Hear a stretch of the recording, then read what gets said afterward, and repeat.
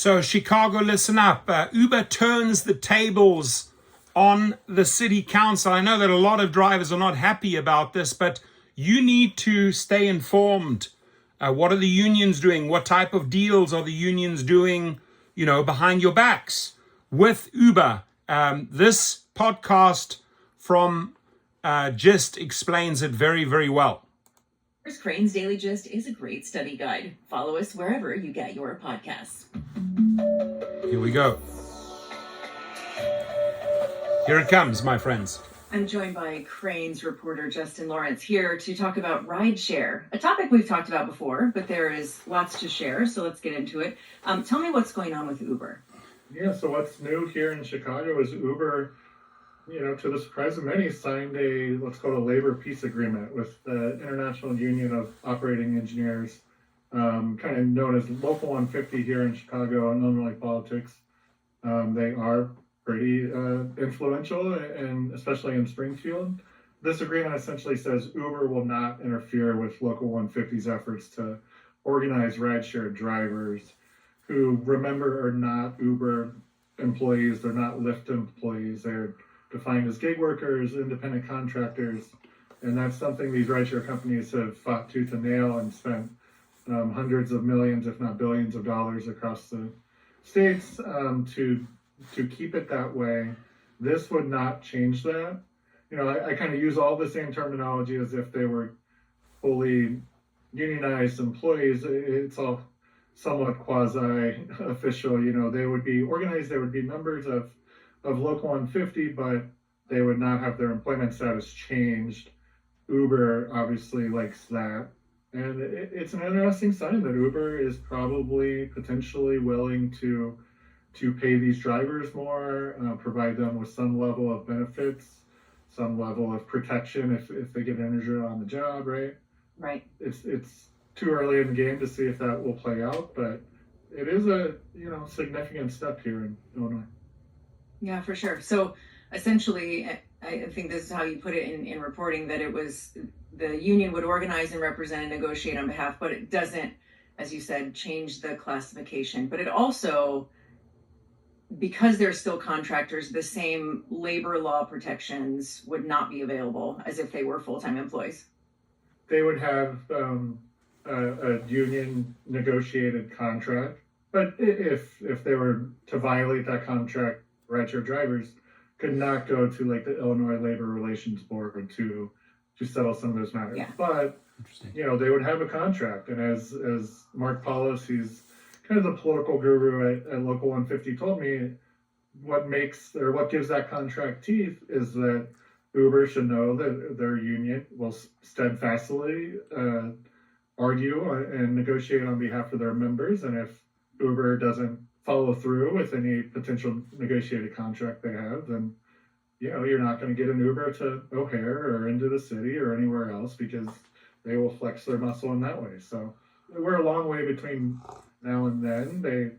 They have to organize them first, which unions have always been a little hesitant to do because it's difficult, just the logistics of it. These are independent contractors. There's tens of thousands, maybe over 100,000. I don't know how many are kind of active and doing it at any one time, but that's a lot of drivers that you have to reach out to. They do not all show up at a workplace where you can kind of more easily speak to more than one or a few at a time.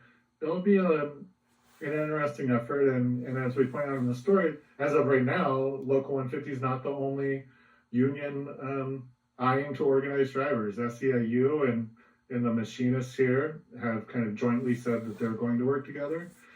So there's a potential kind of battle between some pretty powerful unions here in Illinois for Uber drivers. And this all is happening as the city is kind of prepping and gearing up to take another stab at a city ordinance that would do some of the same things that a negotiated contract could potentially do. Set a pay standard, give them PTO, give drivers a chance that if they get kicked off the apps or deactivated, that they have an appeal process to get back on. There's a group called the Gig Alliance that's been organizing on their behalf, and advocating for this ordinance that say, hey, Well, go to there might be good activationhero.com. reasons We'll for help you. deactivation. You know, if someone has a terrible experience with a customer or with somebody driving or riding in their car, you know, that customer would complain and they would get kicked off the app.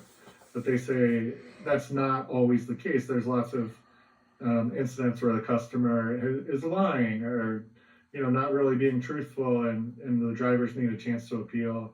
And then sometimes there's issues with like complying with paperwork or more simple things that you wouldn't necessarily think is nefarious, and they should have an appeal process, a formal process to get back on the apps. Yeah.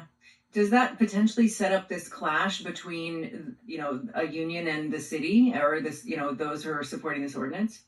Yeah, the city and Alderman Mike Rodriguez, he is the chair of the Workforce Development Committee. He's the lead sponsor of this.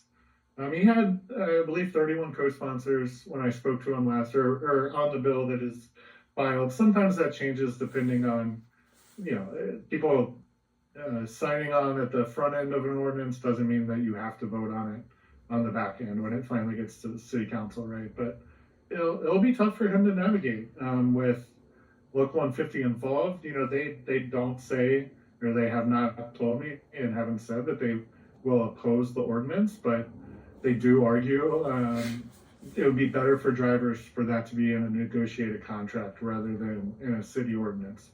There's nothing to prohibit a contract coming after the city ordinance. You know, the city ordinance can set some base level of standards that then, you know, the union could go above that. But if 150 is, you know, they're saying they're not opposing it, they're reading the ordinance carefully, and I think the assumption is from others that they won't, even if they don't necessarily oppose it vocally, they won't be advocating for it. So with all these unions kind of circling and eyeing and trying to organize drivers, it does give a chance to the city council to kind of wave the white flag. Those who potentially don't want to vote on this or not looking for kind of another controversial city council fight to happen here can say, let's let these unions duke it out and figure out what's going to happen there before we step in. Rodriguez told me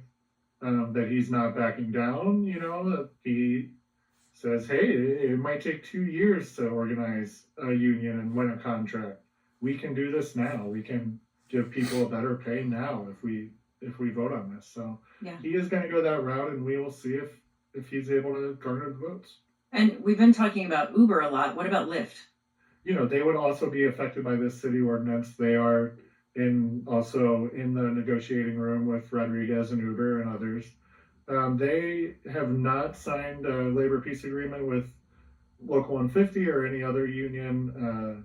150 has been, you know, they believe that they'll get a deal soon, but that they don't have one. So we'll see what Lyft does. Mm-hmm. You spoke with a professor and director of the labor studies program at U of I. What was his read on the moment? Yeah, so Bob Bruno, the professor, he told me, you know, these agreements typically provide a good chance of success of not only organizing the workers into the union, but also landing a contract afterwards, because the company has kind of already decided, hey, our drivers, it seems like there's a chance that they might be organized. We would prefer to deal with 150. We're kind of signaling that by signing an agreement with them. And there's benefits to Uber, right, in not going in what could potentially be a very long, drawn-out confrontation is what Bruno said, that can like damage their brand, right, if they are having drivers picket their office or just kind of making a more vocal show of support for themselves in this organizing fight that Uber might prefer not to, you know, be in the headlines every couple of weeks. And how might Chicago's potential ordinance, how might it be similar to the one in New York? So Uber and Lyft elsewhere have agreed to, you know, kind of just a higher minimum wage for workers, like an hourly minimum wage. I believe it's $32.50 is the one they agreed to in Massachusetts. So that's substantial, right? In other places like New York, the kind of the way that the drivers are paid is based on a formula that includes the amount of time that they're driving, the distance that they're driving. The Chicago ordinance, they would get paid a rate for, that time in between before they accept a ride, where they're on the app kind of, waiting and hoping to get a ride. It's kind of a complicated formula. Uber and Lyft, I think they're always one step ahead of the game here on how they pay their drivers, and these formulas are complicated, and that could work to their advantage. But Lori Simmons, she's with the Gig Alliance, and she tells me the issue with these like minimum wages that kind of stand out as being very high, over $30 an hour, is they might limit your time on the app. You accept the ride, you go pick that person up, you drop them off, and then you're not getting paid at other times. So that's a lot of time during your day where you're not actually accumulating wages at all. So it might look great, but you spend 8 hours driving, you don't actually get paid for 8 hours, essentially, is the fear. So that is something that I am sure is probably at the top of what they're negotiating right now. But we'll see. They have been at this for quite a while. The advocates of this, they've gone back and forth on this ordinance a few times now, and this is where they've landed. So they obviously think it's in their best interest. There was something you noted at the very end of your story on this I thought was interesting about this ordinance would also allow a lot more data to be shared with drivers. I think a lot of us, just on the rider side, don't really have a sense of what is available to drivers. Yeah, and the rideshare companies have provided some of this elsewhere, but the ordinance would mandate that they would have to share basically everything that happens on that trip, the total distance that they drove, the time of the trip.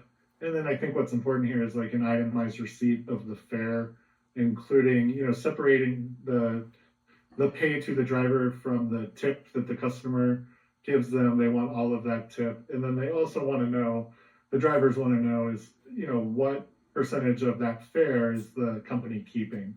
They want to, they obviously want more transparency about how much they're earning for their work and how much the company is earning. Indeed. And what kind of timeline is attached to all this, as far as you're aware? It's open-ended, right? There was a similar ordinance introduced last term. This one was introduced May 2023. So there's no timeline there other than the alderman pushing it as, he said he would like to get a committee vote in the next few months. I don't think he wants to keep it open-ended forever, because then you can just draw out negotiations, right? The organizing, I mean, that's, that's a whole thing, right? That's obviously open-ended, right? As long as it takes. If they do organize themselves and form the union, even longer to land a contract, I would assume. So all of this will play out for a while. It has kind of been interesting that Illinois is a very strong union state. Chicago is obviously a very strong union town with influential unions, and the rideshare companies have signed agreements with unions elsewhere across the country. And this is the first one here, and it seems a little behind the game. So we'll see how this changes things. Indeed. Well, we will keep turning to you for the latest. Thanks so much for stopping by to talk it through today. Thank you. Coming up. So that was really, really good. Thank you for that report. This is my daughter. Let me just take this quickly. Hi. No, I'll drive over there. You guys want to meet me there? Can we? Yeah, 100%. Thank you so much, Torsten. I love you. I love you too. I'll see you there like in about 10-15 minutes. Okay, I love you. Bye. Bye. Bye. Those were my sweetheart daughters. So yeah, the Chicago market, you really need to pay attention to this, what's happening behind closed doors with Uber and Lyft and the union. So this is a really, really good video that keeps you informed. Please share. Sharing is caring, and your comments, please.